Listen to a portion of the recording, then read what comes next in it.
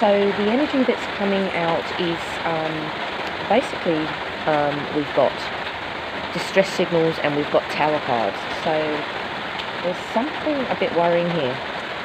We've also got the 10 of challenges, so that's someone that is completely exhausted. So somewhere along the line you've really done your measure and can't go on with something. So there's really time to let something go that no longer serves you. I've got the Queen of Swords here, and that is someone that is quite authoritarian, and that's just someone that you really go to for advice. So someone could be advising you on this situation, or this is you yourself stepping into a much more authoritative role and taking charge. I'm not really sure at the moment, so we'll just have a look at some more cards. And I also have the 7 of challenges, so we will clarify all this. But the number 7 is a spiritual number, so I'm thinking with all this devastation that you are possibly going on to a different path completely, especially with the tower moment, and this is like, to me, this is like the devil card. You could have decided to completely, change your life. Yeah.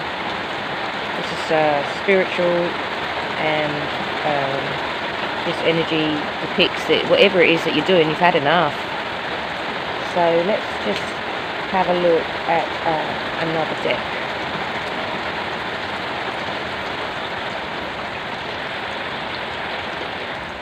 So on the bottom of the deck, we've got emerging into grace and proceeding softly. So that doesn't actually surprise me to be on the gravity door, because we did have a lot of grace emerging with the swans in one of my previous readings.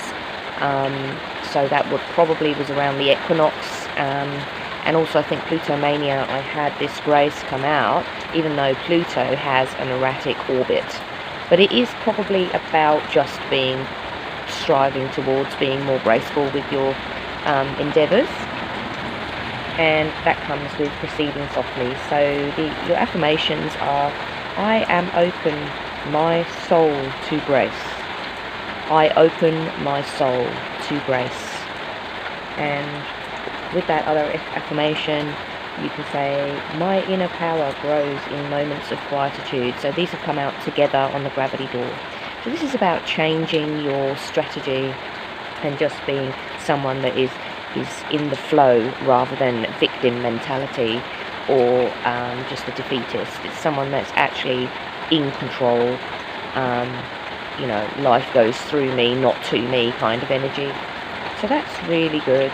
And I also have breaking barriers. So I am expanding beyond limitation into joy and freedom. So that's really amazing that you're at that stage where you've had enough of the narcissists, you've had enough of the control freaks, you've had enough of the tower moments, and you are merging into grace and sort of taking your power back, and you are breaking personal barriers and going forth with confidence.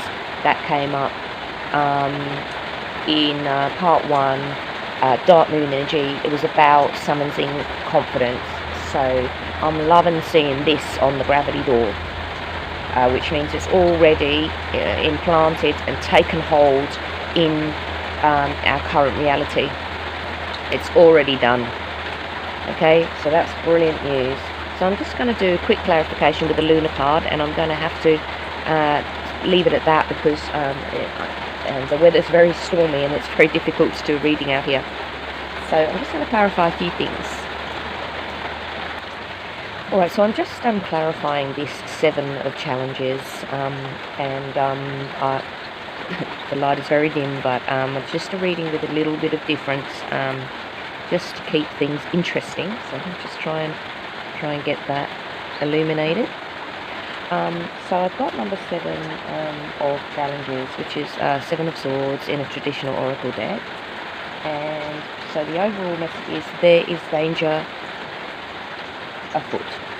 Okay, so if you saw my shorts on the tsunami, I already picked that up yesterday. So yeah, you'd be wanting to watch your step, because I was getting exploitation energy coming through there, controlling people, just bewilderment and exhaustion. So I'm just going to hone in on this one, and then clarify with a LUNAR card. So this one is, let's see, this one is about sneakiness, secrets. So someone may be just using their, it could be, I'm not necessarily picking up sexual energy here, but somebody could be using their art of manipulation to get their way with you.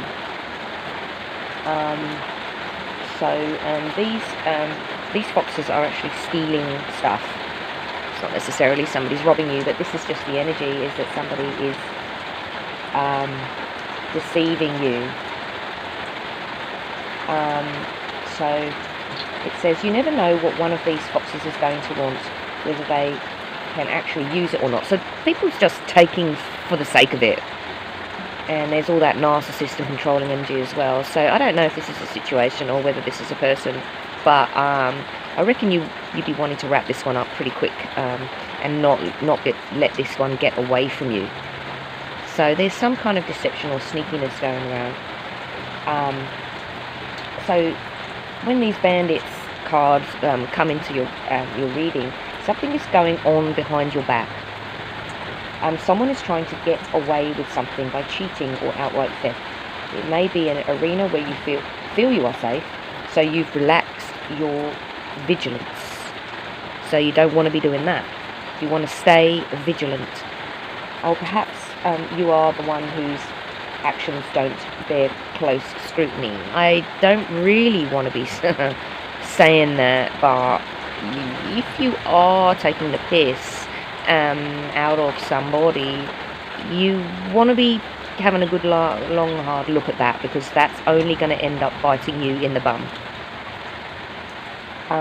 So it's about violation of ethical values. So I would be stamping this one out for sure. I would be going back to the drawing board and finding out what is going wrong, or who should not have as much power, because they are simply are not responsible enough, and they do not deserve your trust.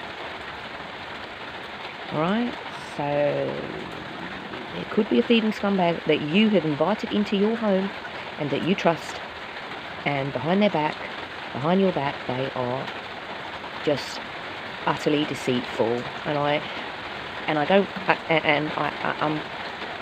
I've brought in a lot of messages here that over the last couple of days that really just says be careful, and I'm purely the messenger. I'm not being judgmental. Alright, to finish off here, we have called upon the spirit guides, angelic forces, ascended masters, please clarify for my subscribers on Sage of Aqua. What can they expect with the lunar full moon in Sagittarius in approximately 2 weeks' time? What can they expect? Okay, so we've got the full moon of Sagittarius has actually come out, and it says look at the bigger picture. Okay, so it could be time to just be widening your circle of friends, or branching out in your normal work, or maybe trying something different with your regular spouse or partner. Just try something different, do something different, and this is the energy for it with this full moon in Sagittarius.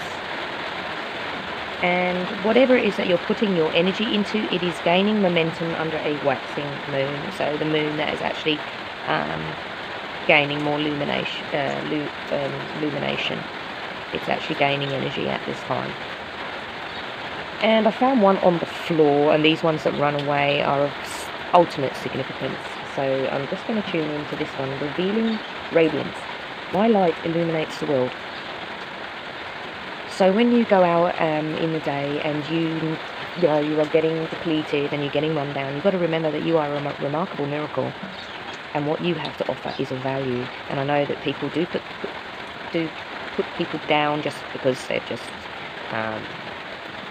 rotten, or that don't have a life. But you need to remember every day that you within your life and your capability, that you have this radiant light, and don't let this agony fire, this light in your soul dim just because other people decide that they want to bring somebody down. Just laugh at them and allow this light to shine. I'm actually getting a croaky throat right now, so I don't know if you've had trouble talking about something or talking to someone, but now would be the time to say what you need to say, because I just felt a tightness in my throat. So that's all I have, because it's a bit stormy and I'm probably going to get washed down the road. I'm just going to clarify this revealing radiance card, and then that's all I have for you. Okay, so just to finish off, revealing radiance. What a beautiful card. I'm just going to read a little something on this, and I just want you to close your eyes, because this is a really beautiful message coming right into your pure and beautiful heart. There is a luminosity within you that's expanding. It illuminates others and brings light into the darkness.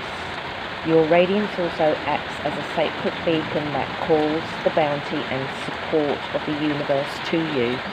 So basically, the number 9 with the tower, and this is a time to stand tall when other people are not really sure what's going on with the energy, not really sure about stepping into the 5th dimension. You can handle it. It's telling me you can handle this. Even if you've been feeling a bit lackluster lately, and yes, the cards did actually show that you've been having a bit of a rough time, know that there's a vibrant, shimmering light radiating within you, and take time to be still and work on the light revealing itself to you. Own your radiance, and the rays will expand into the farthest reaches of time and space. When you shine brightly from your heart, the bounty of the universe showers you with blessings, because at the end of the day, people, you are the stardust. You are made of stardust. You are the solar is at one with us. We are nothing without the sun. We are nothing without our interaction with our universe, and we are one with our universe. And I'm getting the feeling that that you know this, that you know that you are the light of the universe.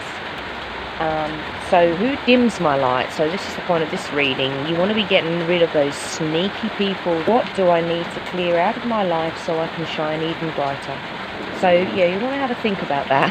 And you want to have a think about those people, those situations that are really bringing you down, because I saw there was at least 4 cards there that were just like downer cards, okay? So you want to be getting on with that. That's all I have time for today. I hope you enjoyed this reading. I will be proceeding with the energy of the 4 of spells and the year of the rabbit energy. There's definitely a message coming through there. So I've got a couple of cards out of interest, and the first one is the Moonlight Bunny card. So that one I wanted to clarify, and that has actually come out with the 4 of Wands. So that's for another reading. We will look more into this energy, because I wanted to clarify these bunnies that kept coming out. So that's come out with clarification. So we'll look at that. Alright, so just a quick one on the bunny, just for my my regular subscribers that are following my channel and were probably wondering what those bunnies were doing, hopping around in the readings. I do have some level of clarification here. So I've got a number 4, which is really a more stable energy. So this would imply to me that with the 4 of spells that something has really come to fruition here, and it really is time to just have a laugh and just say, God, you know, goddamn, I'm good. You know, I've really pulled something off here. So I'm just going to leave that here. I'm just going to leave this here. But yeah, there's something you've really achieved here, and with the year of the rabbit, there's something about the rabbit energy which is helping you to achieve, and it's time to celebrate. If you are on a twin flame journey, I don't normally do twin flame energy because it is very volatile and complicated. I prefer to do the dark moon. It's just got more depth and soul for me. But just to let you know that if you are on a twin flame journey, then a reunion is imminent with this energy. So if you do have a very challenging and your soul has chosen to be on a twin flame journey, I'm just here to tell you that you will be reunited with that person that you feel you're on a twin flame journey with. There is an imminent reunion here. So if that gives you cause for celebration, then it's a really difficult journey having a twin flame. So this is, if you really miss your twin flame and it's caused you, you know, terrible heartache. I had the 3 of Swords here. Then a reunion is imminent. So I'm going to leave it there.